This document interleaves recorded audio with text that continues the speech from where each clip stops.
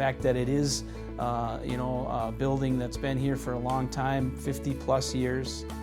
Been very little done to the original building itself. Our biggest limitation right now is space. We are at capacity for classrooms. This building was built in '67. The first graduating class came through in '68. With a 53-year-old building, having galvanized pipe running through the building, it's got 3 and 4 inch piping that life expectancy of that pipe is like 15 to 20 years. We are sitting here today, a culmination of more community meetings, a district-wide survey, and we're looking at a $39.9 million referendum to do some additions and remodeling in the current building.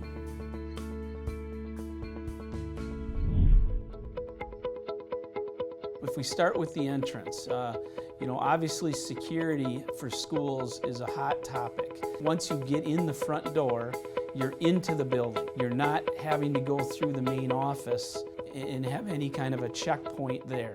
That's something that we addressed in this referendum, that we would change and be able to secure this building and make it safer.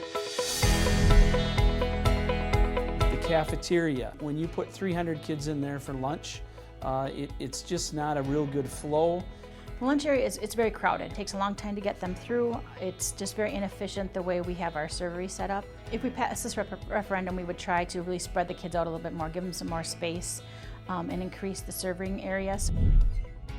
It gives also more collaborative space throughout the building.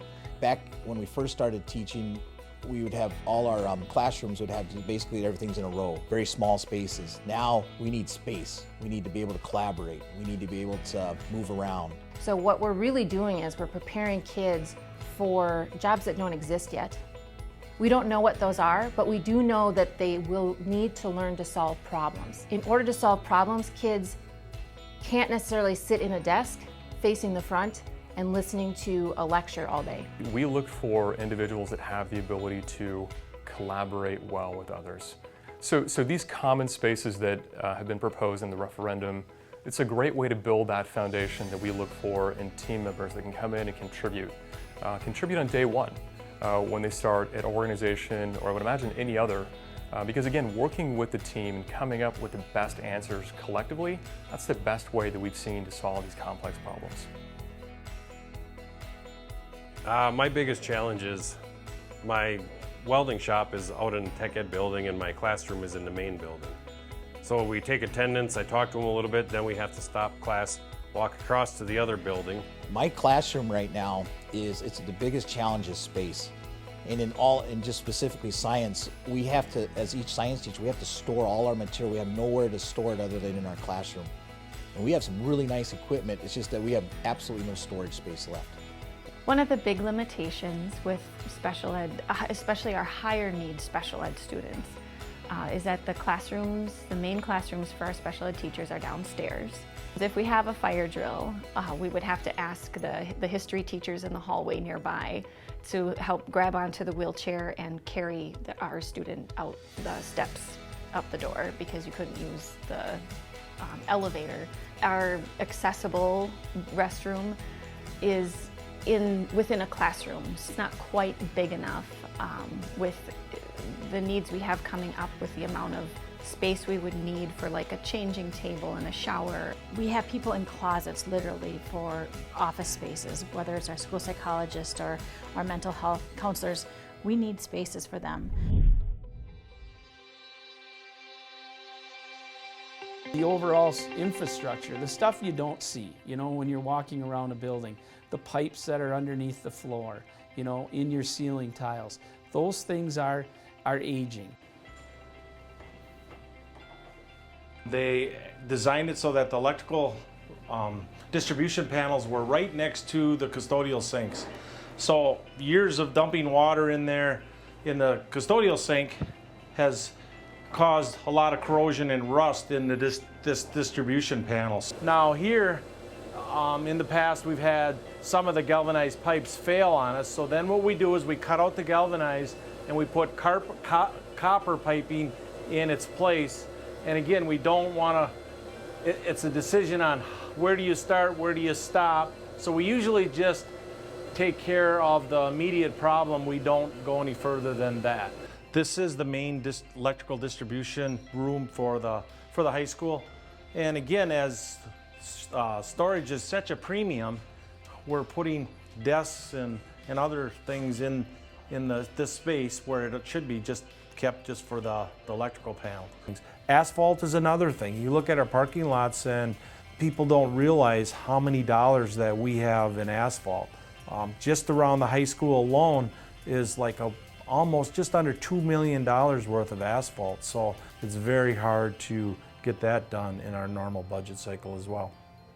As far as our roofs, they are all adhered rubber roofs, so the life expectancy of them is 15 to 20 years. There are a couple that are probably approaching 23 years.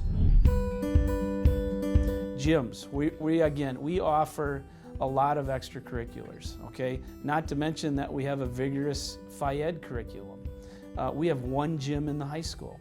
You know, we might often have 2 or 3 different Phy-Ed teachers with classes in the afternoon. We really only have one gym space to use. So, you know, we obviously can't have all of our classes in one gym. So it doesn't allow us the freedom to kind of give kids the choices they want to do the activities they enjoy. The other thing is sometimes our gym is just taken. It's taken for quilt shows and band concerts and other activities where for 2 or 3 days or a week we may not have the gym. So again, we have kids stuck down in the basement. Additional gym space would really help with getting kids home earlier so that they can have more dinners at home, so that they can get home to do their homework and get to bed at a decent time. The theater, we have 600 kids, 600 plus kids really in the high school. The theater currently seats 320 people. We're asking for a 500-seat theater.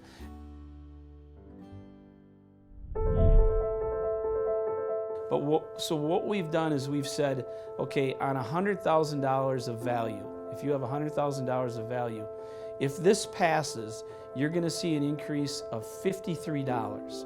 So 53 cents on 1,000 or $53 on $100,000 of property value. As a parent and as an alumni from this school about 20 or more years ago, the school is in need of updates. Like, it's outdated for today's age and education. You know what I hear a lot about that, if this place was good enough for me 50 years ago, why is it not good enough for kids now? And what I want to say to them is, would you go to a hospital 50 years ago and that was good enough now? It's not. So this referendum is really bringing this facility into the modern age where we need it to be.